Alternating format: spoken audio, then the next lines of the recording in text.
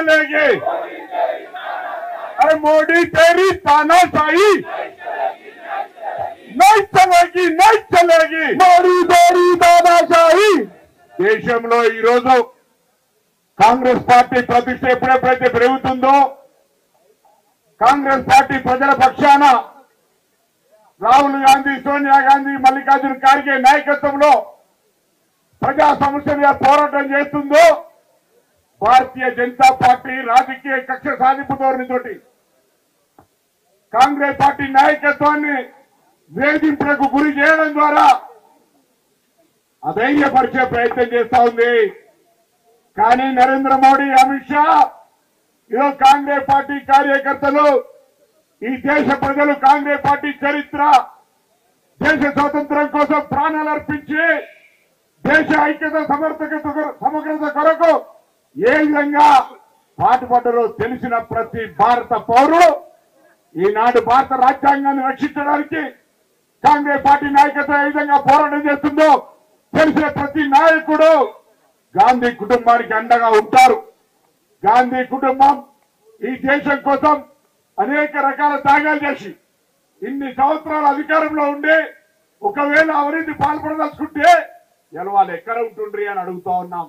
నరేంద్ర మోడీ లాగా 10 సంవత్సరాల్లోనే యావత్ భారతదేశ ఆస్తి అదాని అంబానీలకు అప్పచెప్తా ఉంటుంటే దాన్ని వ్యతిరేకించే ఒకే మగాడిగా రాహుల్ గాంధీ ముందుకు పోతా ఉంటుంటే భరించలేని నరేంద్ర మోడీ ఇటువంటి కక్ష సాధింపు ధోరణి చేస్తా ఉన్నాడు.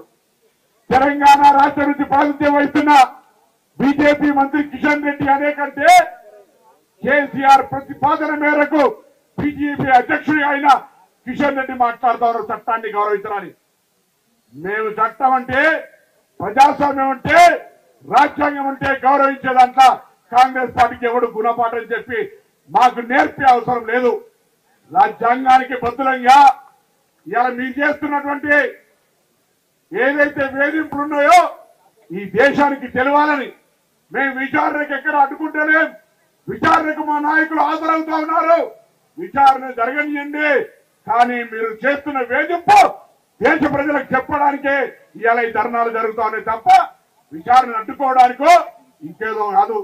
అది కూడా తెలియని మూర్ఖుడిగా భారతీయ జనతా పార్టీకి టీఆర్ఎస్ పార్టీ ప్రతిపాదించే అధ్యక్షుడిగా ఇద్దరు ట్యూనింగ్ చేసుకొని ఈ రాష్ట్ర ప్రభుత్వం చేస్తున్న కార్యక్రమాలను ఎట్టయితే అడ్డుకుంటుందో మీరు దేశంలో కూడా రాహుల్ గాంధీ గారి ప్రభావం అడ్డుకోవడానికి ప్రయత్నం చేస్తారు. ఇది ముమ్మాటికి జరగదు. రాహుల్ గాంధీ గారు ఆగే పడో హం పూరే సాత్ మే అనే నినాదంతో దేశవ్యాప్తంగా ఇలా కార్యక్రమం జరుగుతోంది.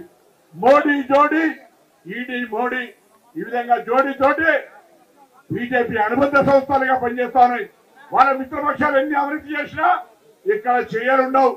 కాంగ్రెస్ పార్టీకి చుట్టుకుంటూ అనేక మంది అవినీతి పరులు భారతీయ జనతా పార్టీని కలుస్తూ ప్రియాంక గాంధీ గారు చెప్పినట్టుగా వాషింగ్ మిషన్ లా వాళ్ళు పునీతం అయిపోతారు.